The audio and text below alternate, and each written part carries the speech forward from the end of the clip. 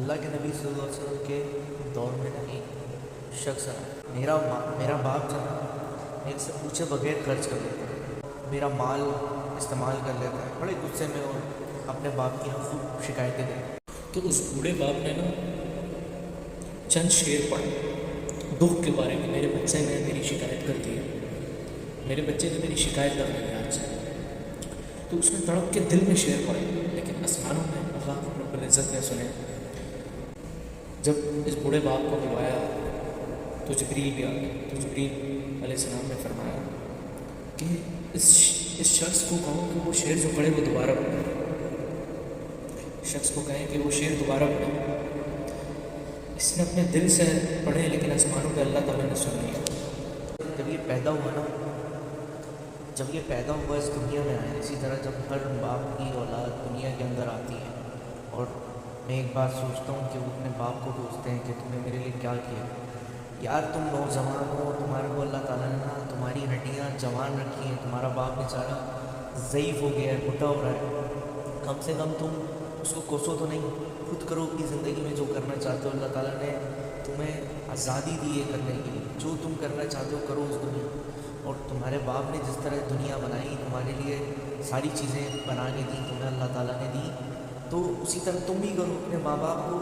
کم سے کم ان کا خیال کرو، ان کی خدمت کرو، ان کا سہارا بنو۔ لیکن کیا ہماری نوجوان نسل ہے وہ کوستی ہے اپنے ماں باپ، ہمارے لیے چھوڑا ہی گیا ہے، ہمارے لیے کرے ہی گیا ہے زندگی میں۔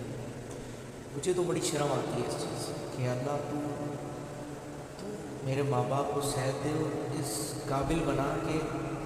ہم ان کو محتاج بھی نہ ہونے دیں اپنے، اور اتنا بڑا بنا دے کہ اللہ کہ کبھی ان کو یہ لگے بھی نہ کہ میں یار اپنے بچے سے مانگوں۔ میں ہر اولاد ایسی بنے کہ وہ اپنے ماں باپ کو ایسے ایسے بڑے باہر کھڑے کر کے دے اور وہ ان کو وہاں پہ بٹھائے کہ ابا کو کسی چیز کی کمی نہیں ہونی چاہیے، گھر میں بھی بیٹھے تو اس کی جیب میں پیسہ آئے،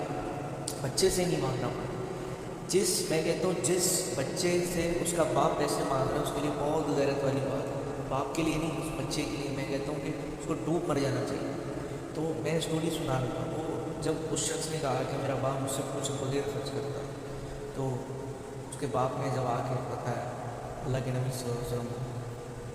کہ عربی کے الفاظ باقاعدہ اس کی حدیث ہے، تو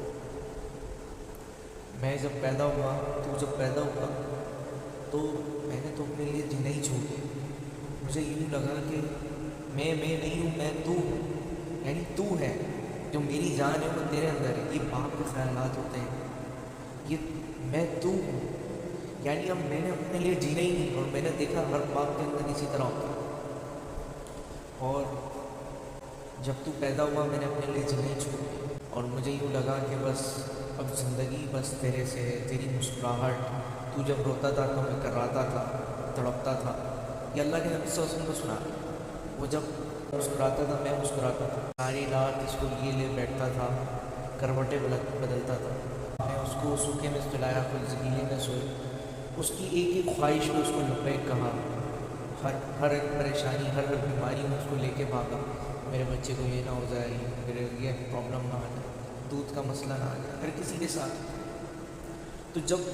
اس نے دکھ بڑی داستان اپنی سنائی نا، تو بہت لمبی ہے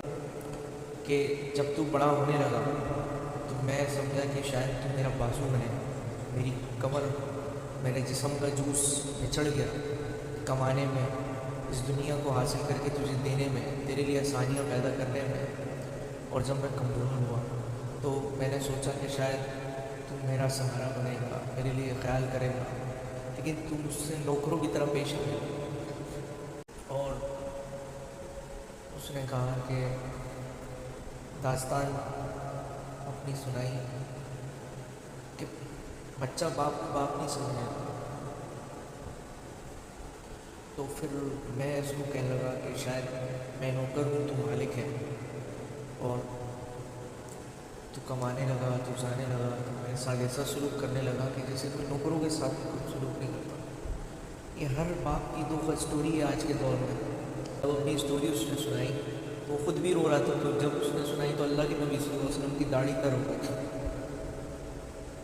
اللہ کے نبی رونے لگ گئے۔ اور